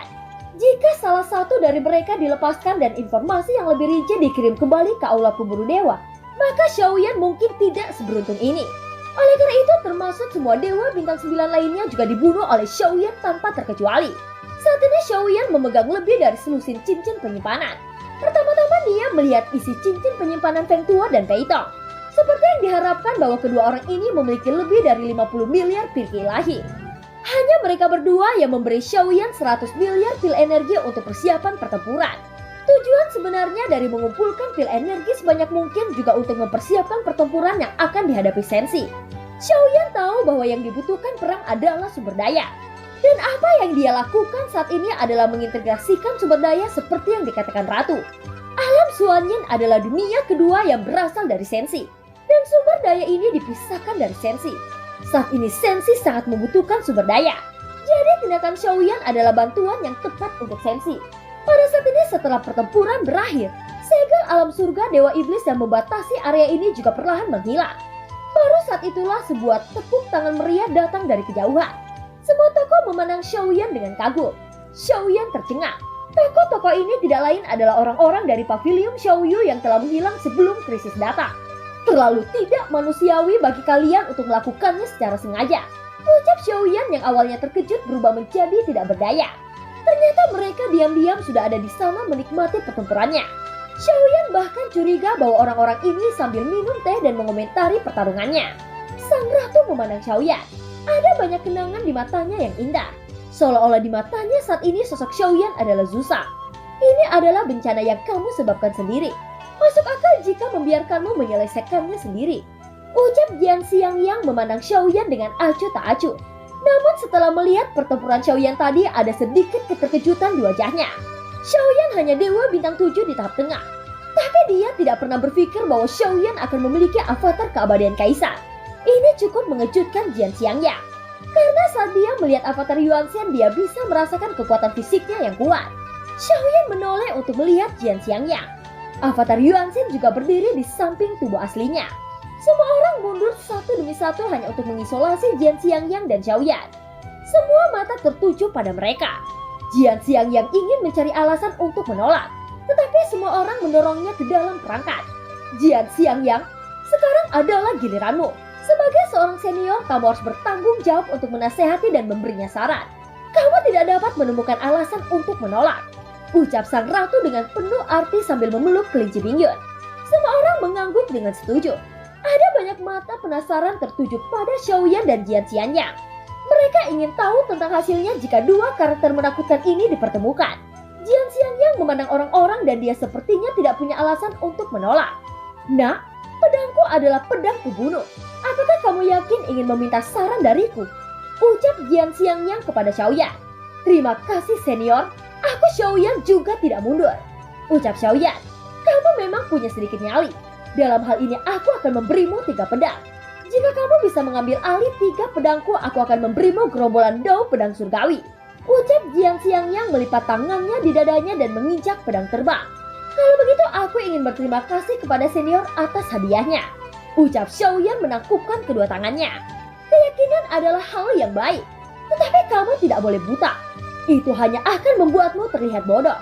Ucap Jian Xiangyang selalu dingin. Tapi itulah kebenarannya. Pedangku tidak memiliki nama, tetapi telah memenggal banyak orang. Aku khawatir satu pedangku akan membunuhmu. Jadi aku akan memberimu 3 kesempatan. Satu pedang lebih kuat dari yang lain. Kamu harus siap. Ucap Jian Xiangyang lagi. Wajah Xiaoyan serius.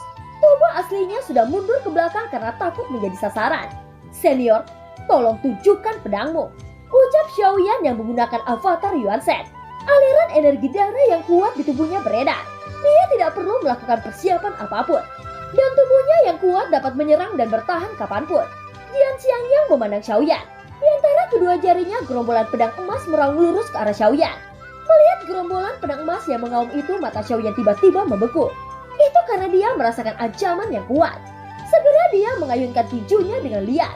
Kekuatan yang kuat meletus dari kepalan tangan Xiaoyan. Seolah-olah kekosongan itu meledak dengan energi yang kuat. Dan kekuatan tak terlihat dari kepalan tangan itu berbenturan dengan pedang emas. Keduanya meletus dengan suara memekakan telinga. Wajah Xiaoyan serius. Tanpa sadar dia dipaksa mundur beberapa puluh kaki oleh pedang emas. Hanya pedang pertama sudah mengharuskan Xiaoyan meledakkan 10 pukulan berturut-turut. Bahkan saat dia melawan Pei Tong, dia tidak menunjukkan kekuatan tinjunya seperti ini. Setiap pukulan yang dilakukan Xiaoyan untuk memblokir pedang emas sangat cukup untuk membinasakan Pei Tong. Belum lagi jika 10 pukulan ini diberikan kepada Pei Tong. Mungkin dia langsung mati tanpa ketegangan apapun. Setelah terhuyung-huyung ke belakang, Xiaoyan terus mengayunkan lebih dari selusin pukulan. Dan pada akhirnya Xiaoyan bisa menyelesaikan pedang pertama Jian Xiangyang. Tetapi pada saat ini avatar Yuan Shen juga berkeringat deras. Seolah-olah sedang menghadapi musuh yang sangat tangguh. Xiaoyan sudah menebak bahwa Jian Xiangyang sangat kuat. Lebih tepatnya adalah setiap orang yang muncul di samping ratu saat ini sangat kuat. Hanya saja mereka sengaja tidak menunjukkannya. Kamu memiliki beberapa kualifikasi untuk dapat menerima pedangku.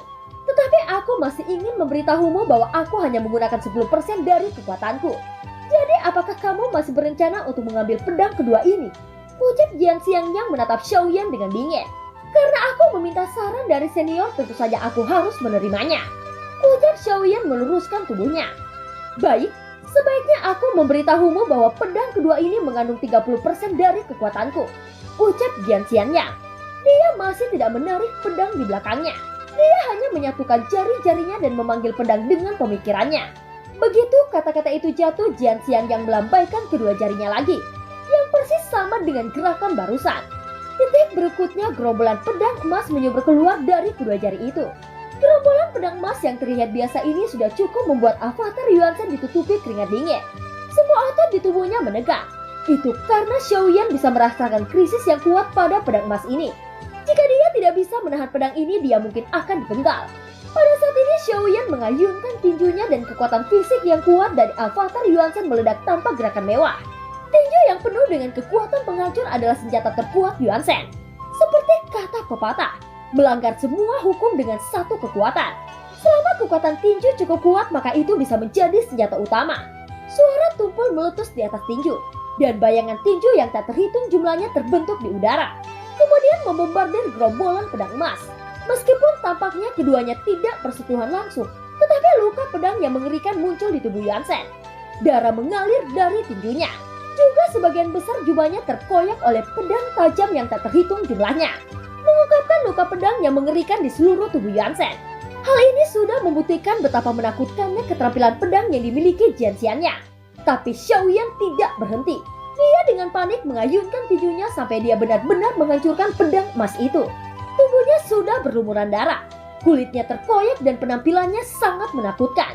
Tapi luka yang mengerikan itu bisa sembuh dengan cepat.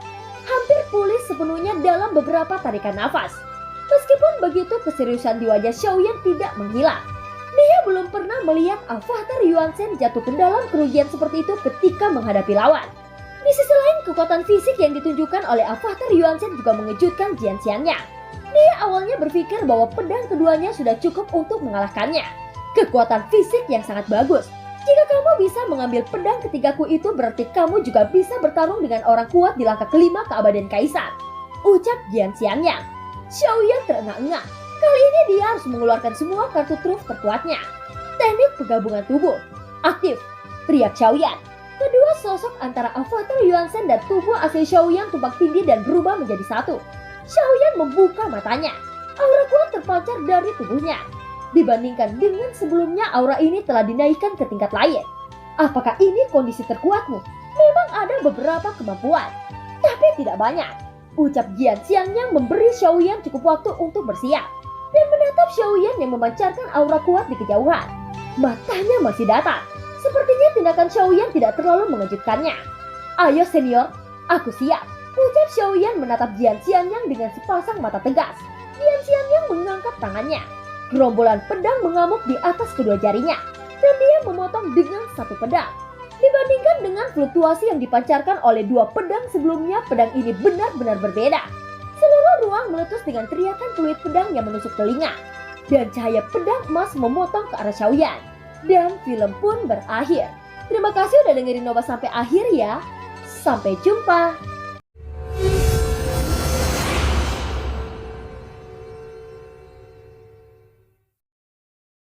Melanjutkan dari cerita sebelumnya, Xiaoyan mengeluarkan penguasa Suan, kemudian api guntur mengalir ke dalamnya. Tebasan api guntur, teriak Xiaoyan mengayunkan dengan keras, membuat gelombang api guntur membumbung ke langit. 7 tapak dewa pembunuh. Langkah kelima, teriak Xiaoyan langsung mengeluarkan langkah kelima berturut-turut. Dia tahu bahwa tebasan api guntur jauh dari cukup untuk memblokir serangan Jian Xiangyang. Dan langkah kelima dari 7 tapak dewa pembunuh sudah menjadi batas kemampuan avatar Yuan Shen di bawah teknik penggabungan tubuh. Pada saat ini di bawah cahaya pedang emas Jian Xiangyang, tebasan api guntur Xiaoyan tampak rapuh. Gelombang api guntur musnah dalam sekejap. Kemudian cahaya pedang emas masih tak terbendung mengenai langkah pertama. Bahkan langkah pertama juga hancur tanpa ketegangan. Saat berikutnya langkah kedua, langkah ketiga tidak dilakukan lagi, masih diterabas oleh cahaya pedang emas. Hanya ketika sampai pada langkah keempat bisa menghentikan cahaya pedang. Persaingan sengit itu membuat seluruh ruang bergetar. Setelah beberapa saat kemudian terdengar suara berderak dari langkah keempat. Mata Xiaoyan menyusut. Langkah keempat juga runtuh lagi dengan keras. Hal yang mengejutkan adalah kekuatan cahaya pedang masih sangat kuat setelah melewati banyak kekuatan. Itu masih menuju langkah kelima dengan deru angin yang dahsyat. Detik berikutnya suara hantaman bergema ketika keduanya bertemu. Langkah kelima adalah pertahanan terakhir Xiaoyan. Jika itu masih runtuh, maka situasi Xiaoyan akan benar-benar buruk. Seperti yang dikhawatirkan Xiaoyan. Cahaya kemasan yang tajam membuat langkah kelima bergetar. Di sisi lain, sang ratu memfokuskan perhatiannya pada keterampilan bertarung Xiaoyan. Matanya yang indah bersinar dengan kecemerlangan. Dia pernah melihat Zhu Shang menggunakan keterampilan bertarung ini. Dan perasaan akrab itu membuatnya semakin teralihkan. Setelah beberapa saat kemudian terdengar suara retakan pada langkah kelima. Xiaoyan memuntahkan seteguk darah besar. Terguncangnya langkah kelima juga menyebabkan kerusakan pada tubuh internalnya. Anak ini baru saja bertarung sengit melawan keabadian. Sekarang dia dengan gigih mencoba menandingi Jian Xiangyang. Menurutku dia terlalu memaksakan diri. Adapun Jian Xiangyang mengingat karakternya, dia tidak akan peduli akan hal seperti itu.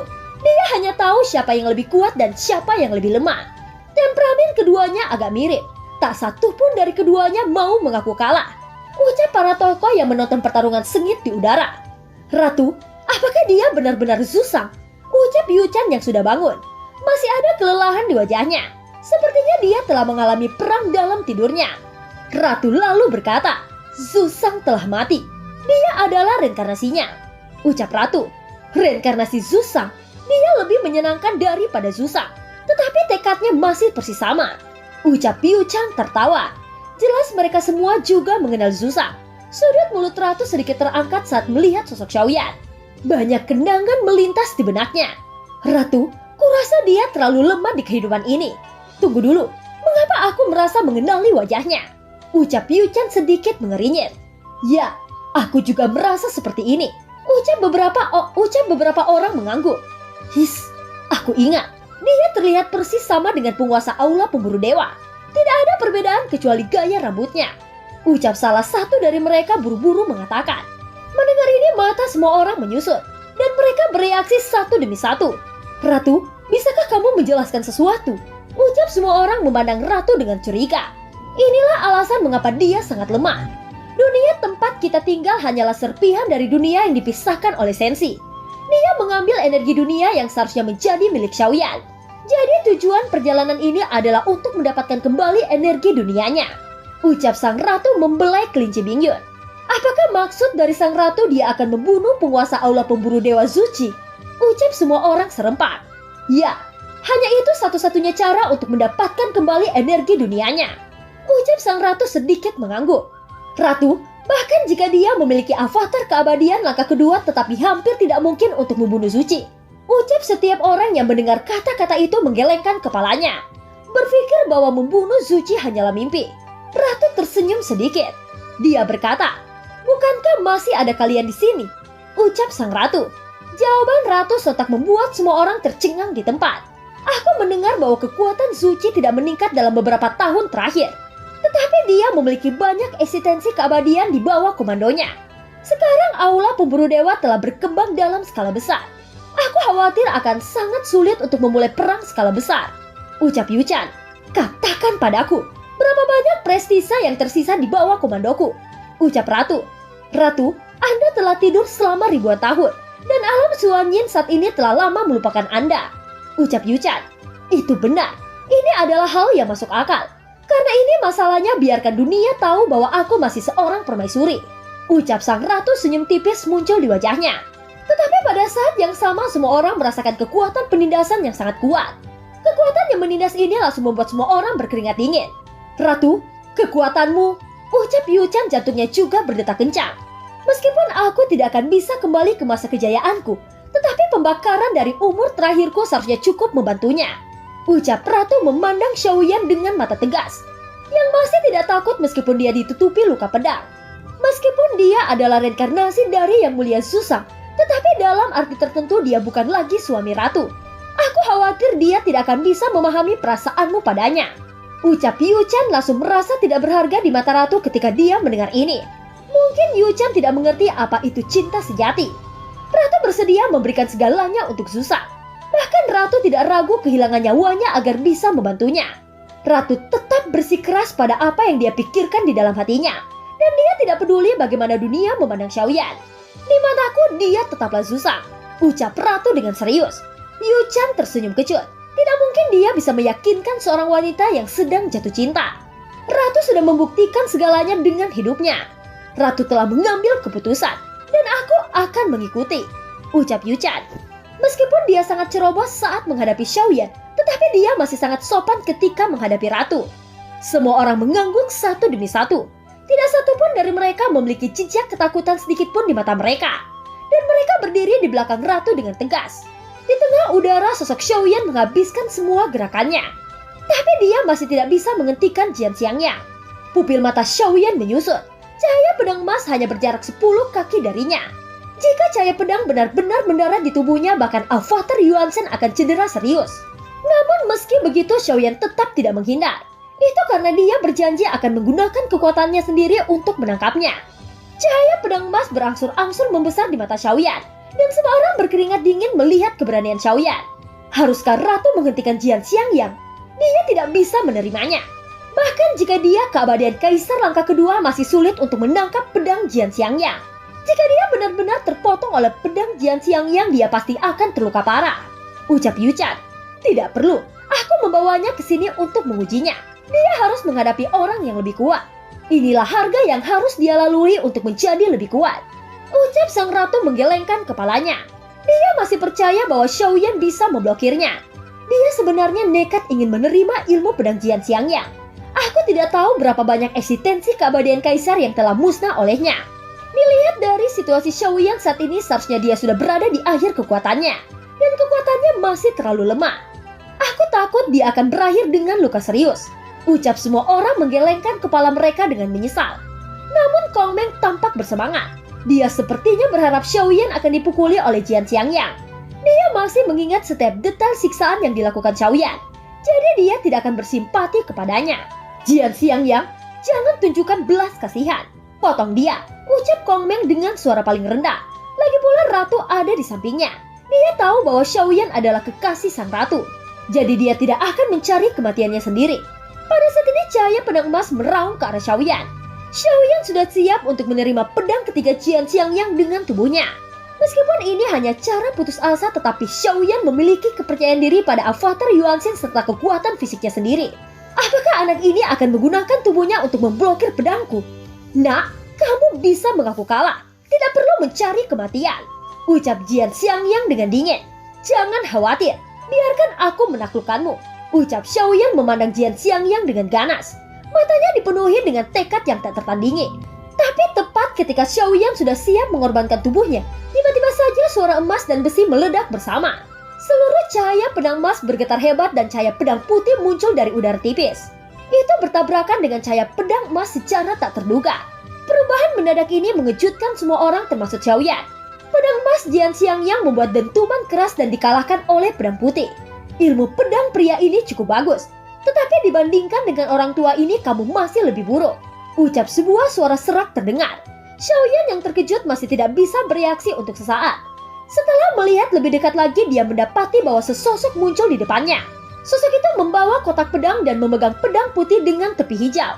Sosok itu membawa kotak pedang dan memegang pedang putih dengan topi hijau. Membelai janggutnya dan berkata dengan penuh minat. Sosok ini tidak lain adalah pendekar pedang gila yang keluar dari labu dewa bermata 9. Xiaoyan tidak memanggilnya. Namun pendekar pedang gila mengambil inisiatif untuk memblokir pukulan Jian Xiangyang. Saat pendekar pedang gila muncul, ekspresi acuh tak acuh Jian Xiangyang tiba-tiba berubah. Matanya sedikit menyipit. Dia melihat pendekar pedang gila yang mengenakan baju compang-camping itu. Adapun Xiaoyan rasa penasaran muncul di hatinya. Pendekar pedang gila juga ahli pedang. Jadi Xiaoyan juga sangat ingin tahu siapa yang lebih kuat di antara pendekar pedang gila dan Jian Xiangyang. Namun kalimat selanjutnya dari pendekar pedang gila sepertinya langsung menjelaskan masalah ini. Jika kamu bisa menangkap ketiga pedangku, aku akan mengajarimu ilmu pedangku. Bagaimana? Ucap pendekar pedang gila tersenyum sedikit. Meskipun Xiaoyan tidak mengerti ilmu pedang, tetapi dia bisa mengetahui kekuatan kedua belah pihak. Jian Xiangyang tampak serius dan segera menangkupkan tinjunya ke arah pendekar pedang gila. Niat pedang senior sangat kuat. Aku Jian Xiangyang mengolah dao pedang surgawi dan astral. Jadi aku akan berterima kasih kepada senior karena telah mengajariku. Ucap Jian Xiangyang. Seluruh situasi pertempuran segera berubah drastis lagi. Xiaoyan tersenyum kecut. Pertempuran semacam ini sepertinya bukan lagi milik semut seperti dia. Menonton pertempuran antara dua pria kuat juga akan mendapatkan banyak manfaat. Tapi Xiaoyan mengerti bahwa jika pendekar pedang gila itu tidak memblokir pedang tadi, bahkan jika dia tidak mati, dia akan menderita luka yang sangat serius. Alasan mengapa pendekar pedang gila keluar mungkin karena dia merasa bahwa Xiaoyan tidak bisa menerimanya sama sekali. Faktanya pada saat cahaya pedang mendekati Xiaoyan, dia benar-benar merasakan krisis hidup dan mati yang kuat. Xiaoyan diam-diam terkejut. Dia pernah bertarung melawan Jian Xiangyang sebelumnya. Tetapi dia tidak menyangka bahwa Jian Xiangyang begitu kuat sehingga Xiaoyan tidak dapat menebak kekuatan sejatinya. Pada saat ini pendekar pedang gila perlahan mengangkat tangannya, menutupi matanya dengan kain putih. Setelah itu dia menghadap sang ratu dan mengerahkan pedang putih di tangannya ke arah sang ratu. Dao pedang surgawi dan dao astralmu tidak layak untuk disebutkan di depan orang tua ini. Jika kamu dapat mengambil 3 pedangku, aku dapat menunjukkan kepadamu apa itu dao surgawi dan dao astral yang sebenarnya. Ucap pendekar pedang gila berkata dengan mendominasi. Tetapi setelah itu terdengar suara batuk kering dari Xiaoyan. Senior, arahnya salah. Ucap Xiaoyan buru-buru memberi tahunya. Heh? Maafkan aku. Orang tua ini buta. Ucap pendekar pedang gila menggaruk kepalanya dan tertawa seram. Kemudian dia berbalik mengarahkan pedangnya ke arah Jian Xiangyang. Sepertinya orang tua ini benar-benar buta. Gumam Xiaoyan dengan senyum asam. Pendekar pedang gila mengguncang pedang putih di tangannya. Cahaya pedang putih melonjak dari langit, membuat seluruh kekosongan seperti danau yang terbelah menjadi 2 bagian. Jian Xiangyang juga terkejut. Segera dia menghunuskan pedang emas di belakangnya. Kemudian membuat gerakan memotong dan cahaya pedang emas juga muncul di langit. Kedua cahaya pedang bertemu seperti 2 ombak vertikal yang saling menenggelamkan, membuat seluruh kekosongan bergetar. Tetapi cahaya pedang emas Jian Xiangyang yang sangat kuat itu langsung runtuh setelah bertabrakan. Cahaya pedang putih meraung dan menembus Jian Xiangyang dalam sekejap, membuat bekas pedang yang mengerikan di dadanya. Jian Xiangyang terhuyung-huyung ke belakang dengan seteguk darah segar. Berdasarkan itu beraninya kamu menyebut dirimu master pedang surgawi dan astral. Ucap pendekar pedang gila dengan datar. Wajah Jian Xiangyang sangat pucat. Kerusakan fisiknya cukup serius. Pendekar pedang gila memindahkan telapak tangannya, dan pedang putih di tangannya terbang kembali ke kotak pedang secara otomatis. Kemudian dia membalikkan tubuhnya. Ekspresinya yang acuh tak acuh tiba-tiba berubah menjadi senyum main-main. Nah, apakah kamu sudah puas? Ucap pendekar pedang gila. Xiaoyan sedikit terkejut. Ternyata pendekar pedang gila sengaja membelanya. Terima kasih senior, aku berinisiatif untuk meminta saran darinya. Kali ini akulah yang tidak sopan. Ucap Xiaoyan tersenyum kecut. Memang benar bahwa dialah yang meminta saran Jian Xiangyang. Setelah pendekar pedang gila itu muncul, dia langsung melukai Jian Xiangyang, yang membuat Xiaoyan merasa berdosa. Master pedang tidak digunakan untuk mengintimidasi orang.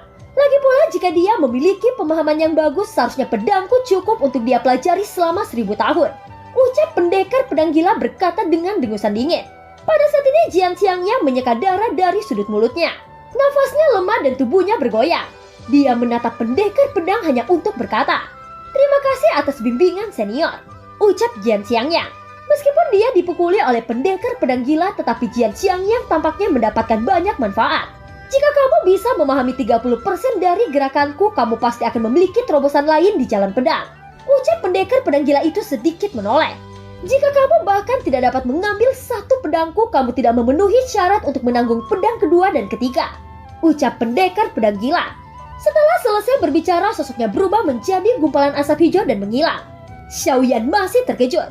Baru saat inilah dia mengerti bahwa mereka yang ada di Labu Dewa Bermata Sembilan bisa keluar masuk sendiri. Tentu saja yang paling mengejutkan Xiaoyan adalah kekuatan pendekar pedang gila itu sendiri. Xiaoyan berpikir bahwa kekuatan pendekar pedang gila seharusnya hanya langkah pertama di ranah keabadian kaisar. Tetapi adegan barusan langsung menampar kognisi Xiaoyan. Bahkan Jian Xiangyang bukan lawannya, yang cukup membuktikan bahwa kekuatan pendekar pedang gila tidak lebih lemah dari langkah kedua keabadian kaisar. Adapun kekuatan spesifiknya, Xiaoyan masih tidak bisa menebaknya. Jika aku mengetahuinya lebih awal, aku seharusnya meminta pendekar pedang gila menghadapi 10 Raja Roh di Istana Surga Manusia.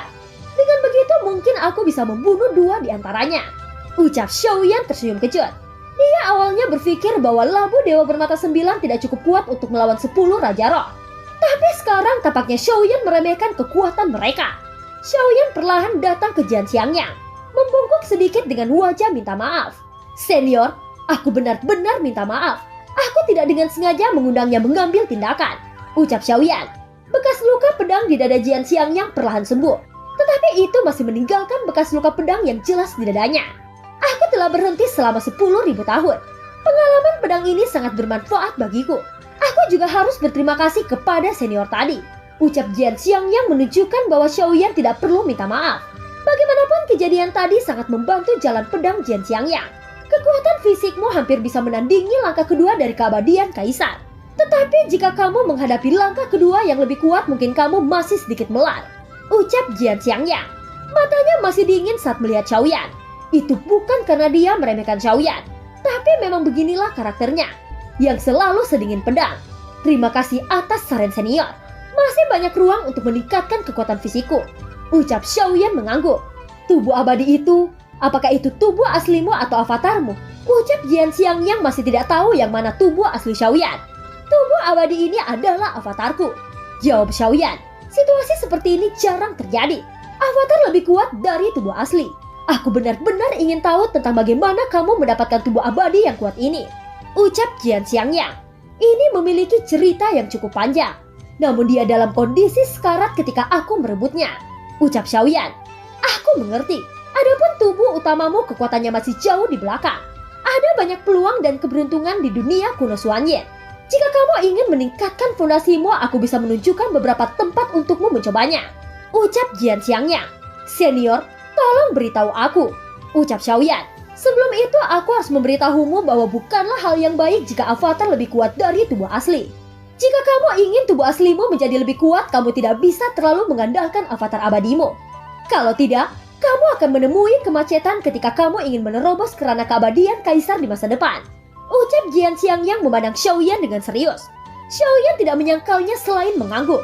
Dia secara alami tahu ini dengan jelas. Kecuali ada celah besar, biasanya aku tidak akan menggunakan avatarku untuk bertarung. Selama pertempuran dapat diselesaikan dengan tubuh asliku, aku pasti melakukannya habis-habisan, ucap Xiaoyan dengan serius. Dan film pun berakhir.